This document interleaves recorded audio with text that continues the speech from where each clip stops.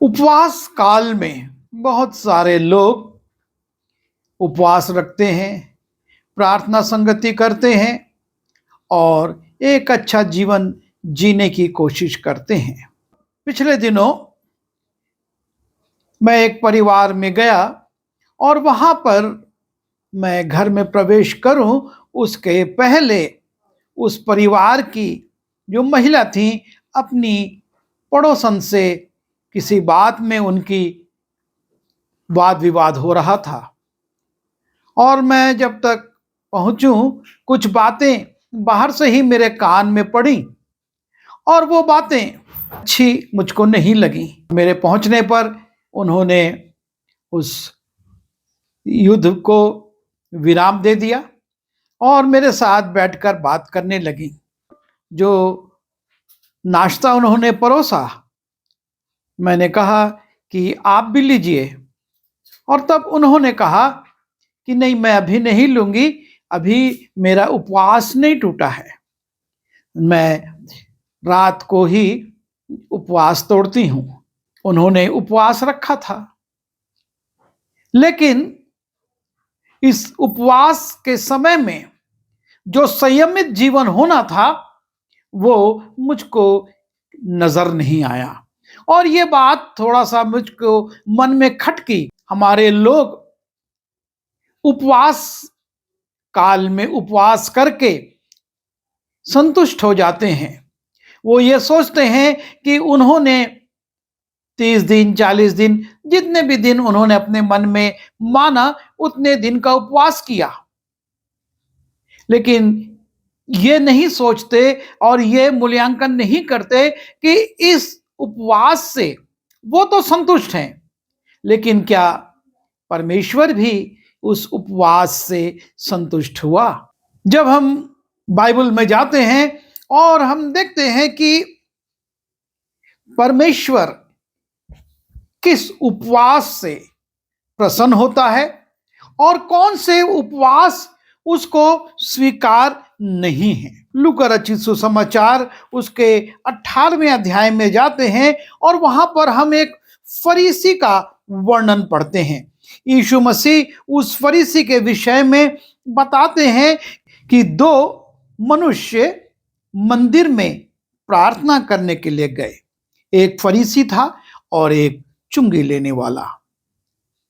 फरीसी खड़ा होकर अपने मन में यूं प्रार्थना करने लगा कि हे परमेश्वर, मैं तेरा धन्यवाद करता हूं कि मैं और मनुष्यों की नाई अंधेर करने वाला, अन्यायी और व्यभिचारी नहीं हूं, ना इस चुंगी लेने वाले के समान हूं।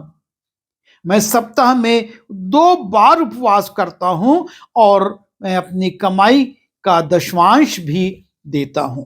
और इस प्रकार से इस फरीसी के विषय में हम देखते हैं कि हफ्ते में ये 2 दिन उपवास करता था और फरीसियों का ये नियम था कि वो हफ्ते में 2 दिन उपवास करें और ये व्यक्ति भी इसी काम को करता था। लेकिन आगे हम पढ़ते हैं, यीशु मसीह कहते हैं, मैं तुमसे कहता हूं कि वो फरीसी नहीं परंतु यही चुंगी लेने वाला मनुष्य धर्मी ठहर कर अपने घर गया। अर्थात परमेश्वर ने फरीसी की नहीं लेकिन चुंगी लेने वाले की प्रार्थना को सुना। फरीसी के जीवन में उपवास था और नाना प्रकार की अच्छाइयां थीं और वो इसका बखान भी करता था, लेकिन परमेश्वर को वो बातें स्वीकार नहीं हुई। कारण फरीसी उपवास परमेश्वर की अधीनता में आकर परमेश्वर की इच्छा अनुसार नहीं करते थे, वो अपनी रीति विधि के अनुसार और अपनी संतुष्टि के लिए कि हम फरीसी हैं और हम उपवास रखते हैं, और इस भावना से किए गए उपवास को परमेश्वर स्वीकार नहीं करता है, क्योंकि इसमें परमेश्वर का आदर मान नहीं है, परमेश्वर के प्रति नम्रता या दीनता नहीं है, लेकिन इसमें आत्म संतुष्टि और आत्म धार्मिकता का पुट है। और परमेश्वर जब इस स्थिति को देखता है तो उसको ऐसे उपवास स्वीकार नहीं है। जब हम पुराने नियम में जाते हैं और दूसरा शामुएल उसके 12वें अध्याय में हम देखते हैं परमेश्वर का एक प्रियजन जिसको परमेश्वर ने कहा था कि ये मेरे मन के मुताबिक है, और जो अपने भजन में कहता है चाहे मैं घोर अंधकार से भरी हुई तराई में होकर चलूं तो भी हानि से ना डरूंगा, क्योंकि तू मेरे साथ रहता है। और ऐसा मनुष्य जिसके साथ परमेश्वर रहता था, जो परमेश्वर के मन के मुताबिक था, और जब वो पाप में पड़ जाता है, एक भयानक भूल कर बैठता है, एक स्त्री के साथ वो व्यभिचार करता है और ये कोशिश करता है कि व्यभिचार से उत्पन्न संतान को किसी रीति से कोई ना जान सके कि ये व्यभिचार की संतान है, और इसलिए वो उसके पति को भी मरवा देता है और उस स्त्री को अपनी स्त्री बना लेता है। और तब जो संतान उत्पन्न होती है, परमेश्वर इससे क्रोधित हो जाता है और वो उस संतान को रोगी कर देता है।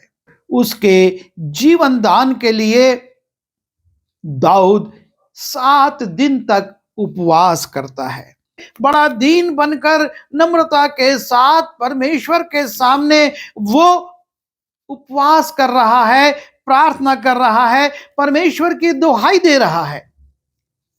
लेकिन परमेश्वर व्यभिचार के पाप से चूंकि घृणा करता है, और इसलिए लिखा हुआ है, और दाऊद उस लड़के के लिए परमेश्वर से विनती करने लगा और उपवास किया और भीतर जाकर रात भर भूमि पर पड़ा रहा।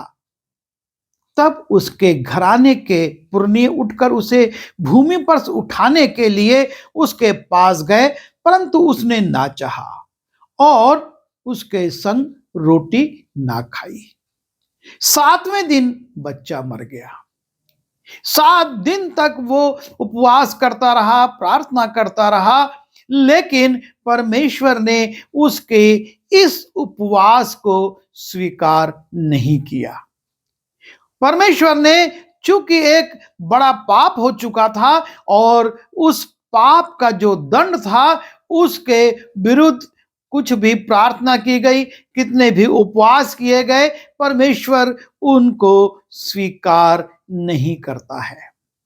और इस बात को हमको समझना होगा कि उपवास काल में हम उपवास कर रहे हैं, बहुत अच्छा कर रहे हैं, उपवास करना गलत नहीं है, लेकिन उपवास क्या हम परमेश्वर की मर्जी के अनुसार, उसकी इच्छा के अनुसार, उसको महिमा देने के लिए, अपने जीवन को तैयार करने के लिए कर रहे हैं, या अपने आप को संतुष्ट करने के लिए?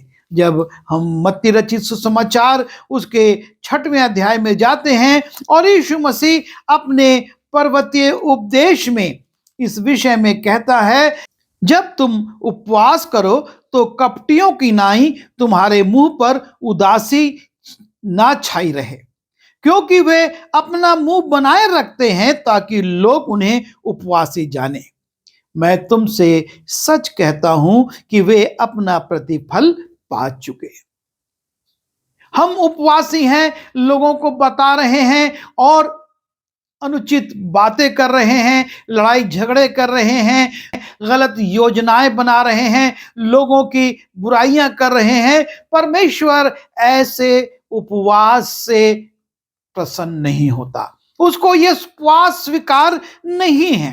तो यीशु कहते हैं, परंतु जब तू उपवास करे तो अपने सिर पर तेल मल और मुंह धो, ताकि लोग नहीं परंतु तेरा पिता जो गुप्त में तुझे देखता है उपवासी जाने, और इस दशा में तेरा पिता जो गुप्त में देखता है तुझे प्रतिफल देगा। परमेश्वर जो गुप्त में देखता है वो प्रतिफल तब देगा जबकि हमारा उपवास परमेश्वर के सम्मत होगा। जब उपवास हमारा हमको संतुष्ट करने के लिए होगा, परमेश्वर स्वीकार नहीं करता। और इस बात को यशाया बड़ी स्पष्टता से लिखता है। यशाया 58 उसके 3 पद से आगे लिखा है, वे कहते हैं, क्या कारण है कि हमने तो उपवास रखा परंतु तूने इसकी सुधि नहीं ली। हमने दुख उठाया परंतु तूने कुछ ध्यान नहीं दिया। सुनो, उपवास के दिन तुम अपनी ही इच्छा पूरी करते हो और अपने सेवकों से कठिन कामों को कराते हो। सुनो, तुम्हारे उपवास का फल यह होता है कि तुम आपस में लड़ते और झगड़ते और दुष्टता से घूंसे मारते हो। जैसा उपवास तुम आजकल रखते हो, उससे तुम्हारी प्रार्थना ऊपर नहीं सुनाई देगी। जिस उपवास से मैं प्रसन्न होता हूं, अर्थात जिसमें मनुष्य स्वयं को दीन करे, क्या तुम उस प्रकार करते हो? क्या सिर को झाऊ की नाई झुकाना, अपने नीचे टाट बिछाना, राग फैलाने को ही तुम उपवास और यहोवा को प्रसन्न करने का दिन कहते हो? हम अपनी रीति विधियों के द्वारा ये सोचते हैं कि हम अपने आप को उपवासी प्रकट कर रहे हैं, पर परमेश्वर ये नहीं चाहता। वो चाहता है कि हम एक पवित्र, संयमित और संतुलित जीवन जिएं।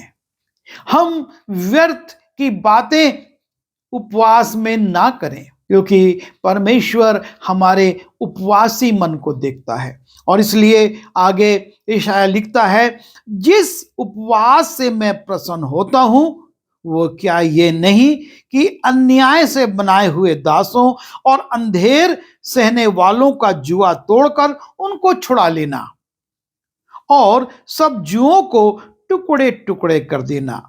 क्या वो ये नहीं कि अपनी रोटी भूखों को बांट देना, अनाथ और मारे मारे फिरते हुओं को अपने घर ले आना, किसी को नंगा देखकर वस्त्र पहनाना और अपने जाति भाइयों से अपने को ना छिपाना। बहुत सी बातें परमेश्वर ने बड़ी स्पष्टता से कर दी। तुम जिस उपवास को करते हो उससे मैं प्रसन्न नहीं होता, लेकिन मैं जिस उपवास से प्रसन्न होता हूं, और वो ये है कि तुम अंधेर और गलत तरीके से अपने सेवकों से काम मत लो। तुम अपनी रोटी को, उपवास दिन के भोजन को गरीबों में बांट दो। अनाथ और मारे मारे फिरते हुओं को अपने यहां अतिथि बनाओ, उनको लाओ और उनको खिलाओ, और यदि उनके पास कपड़े नहीं हैं तो उनको कपड़े भी दो। और साथ ही साथ अपने जाति भाइयों से अपने को ना छिपाना। हम कितने लोगों से कतरा कर चले जाते हैं। हम उनसे मिलना नहीं चाहते, हाथ मिलाना नहीं चाहते। क्यों? हम उनसे अच्छे नहीं हैं। हमारे जीवन में बहुत सी कमजोरियां हैं और उसके बावजूद हम न्यायी बनकर दूसरों पर दोष लगाते, दूसरों को आरोपित करते और दूसरों की गलतियों को ढूंढते हैं। परमेश्वर कहता है, अपने जाति भाइयों से अपने को ना छिपाना। आज हम अपने संबंधों को देखें। उपवासी हैं, लेकिन हमारे संबंध हमारे परिवार के लोगों से, मंडली के लोगों से, जाति भाइयों से, पड़ोसियों से कैसे हैं? जैसा मैं पहले कह रहा था कि वो महिला अपनी पड़ोसिन से बड़े अपशब्दों के साथ झगड़ा कर रही थी, और जब उनसे कहा कि आप भी नाश्ता लीजिए, उन्होंने कहा मैं उपवासी हूं, मैं उपवास पर हूं। अगर हम भोजन का उपवास करते हैं तो हमको अपनी जुबान का भी उपवास करना होगा। हमको अपने संबंधों पर भी विचार करना होगा कि कहां पर हमारे संबंधों में दरार है और उसको हम कैसे भर के एक दूसरे के साथ चल सकते हैं।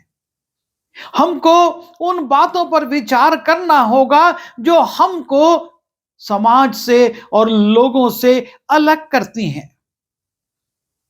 हमको गलत बातों से समझौता नहीं करना है, लेकिन हमको अपनी अच्छाई से बुराई को जीत लेना है। और तब जब हम उपवास करेंगे, चाहे वो 40 दिन का हो और चाहे वो वर्ष में जब हम किसी दिन विशेष पर उपवास करते हैं, हमारे लिए आत्मिक आशीष का कारण बनेगा।